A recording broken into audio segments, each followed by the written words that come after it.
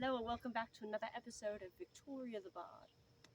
Now, a couple of weeks ago I talked to you about a very common object, it's water.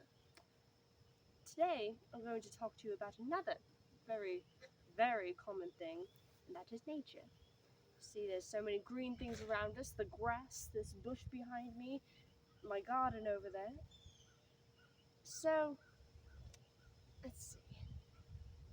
There's so many different types of plants in the world, and some types of plants, they're kind of low to the ground and grow from it, but others, mighty and tall, like trees. Now, there's a specific type of tree I'd like to talk about today, and it's always resonated in my heart as a very special type of tree. That is a weeping willow. But this story, which takes place in another faraway kingdom, revolves around it, and uses the weeping willow in a very odd way. So, as I said, in a kingdom very far away, there ruled a powerful king.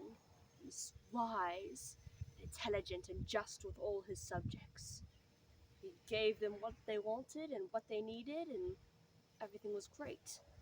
But sadly, the king fell ill and died. So the kingdom was left to his 3 sons, and one of them had to inherit the throne. So, nobody really knew what to do. The sons didn't really agree on who was to inherit the throne. So, about a week afterwards, the kingdom was splitting up into 3 groups, each claiming the rightful heir to the throne was a different son. And so they were very confused. And then a wise wizard came to court. And he told the princes, if you do not elect a king, this kingdom will tear itself apart. And yes, the princes already knew that, and they told the wizard, we don't know how to. Can't you just do it for us? The wizard said, all right. Whoever passes this trial of mine shall be king, and if none of you do it, then I shall become king myself. So the princes agreed. The wizard told them, my trial is that you go to the nearby swamp, find the weeping willow tree, and collect its tears. I shall give you this vial to collect its tears in, and this healing potion, just in case. So the next morning, the eldest prince set out for the swamp. He got there at sunset. He was very tired, so he just lay down and went to sleep. And in the morning, he was immediately struck by confusion when he awoke. See, he didn't really know what the wizard meant by finding the weeping willow. I mean, he found the tree, but it doesn't actually cry, So he went up to it, and the morning dew was still fresh on everything.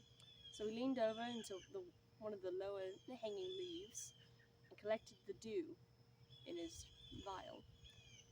Still with the unused healing potion in his pocket, he ran back to the back to the wizard, and gave him the vial. And the wizard drank it.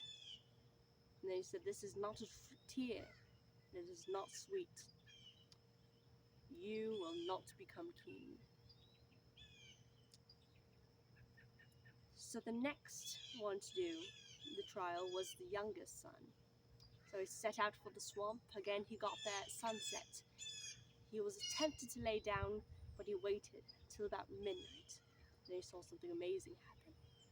The weeping willow tree magically turned into this beautiful woman with dark skin, green hair, green braided hair, dressed in silk clothing as pale as the moonlight. She immediately walked over to the bank of the swamp, sat down, put her head in her hands and cried. And just cried and cried and cried. So the youngest son, seeing this woman and immediately knowing what the wizard meant by this, went over to the woman and asked her, why are you crying? Willow told him everything. She told him that her husband was locked at the bottom of a swamp by the water fairies, and she could not free him. But the youngest son, instead of paying attention to her story, was stealthily leaning over, taking one of her tears in the vial. After he got the tear, he ran off, jumped on his horse, and still with the unused healing potion in his hand, he went back to the wizard. He presented it to the wizard, and he drank it and said, "This is not sweet. You will never become king." The youngest son was surprised. I mean, he had done everything the wizard had asked, but the tear was not the sweetest kind. So it was now up to the middle boy. The middle son hopped on his horse and ran off to the swamp. He got there just the same as the other night.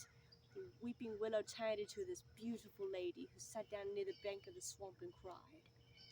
He went over there, asked her what she was crying for, and Willow told him her story again. The son knew that the wizard had asked for the sweetest tear. This was not it. So he told this woman that he shall do everything in his power to get her husband back. So he immediately dove into the swamp. Once he was in the water, it seemed to go on forever. He swam and swam and swam and tried to dive to the bottom. When he got there, he did see her motionless husband trapped in a cage of sticks. He went to the cage and teared them open, dragged her husband out of it, and with his last remaining breath, he swam and swam and pulled her husband back to the surface of the water. Willow's husband and the middle son were on this dry land again. The middle son knew not what to do. He watched Willow cry over her dead husband, and then remembered the potion in his pocket. Quickly pulled it out, uncapped the bottle, and poured it all on the man's lips. He immediately sprung to life. The middle son watched as the two embraced each other and cried and laughed and were just so happy that Willow had found her husband and her husband was alive again. Now, apologizing gently, the middle son leaned over and collected one of the tears in his vial. Then hopped on his horse, and as Willow and her husband shouted thanks at him, he rode back to the wizard. He presented him the vial, and the wizard drank it.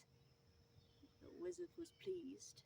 He said, "This is the sweetest tear of all, the one that is cried over something lost that has been found. You shall be king."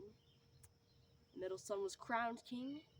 The rest of his days ruled over the land with as much justice and wisdom as his father before him.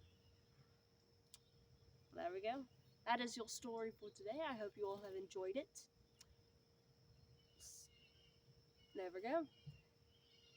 Everybody have a great week, and I shall be back next week with stories of marvels and mystery that rattle your bones and make excitement run through your blood. Fare thee well.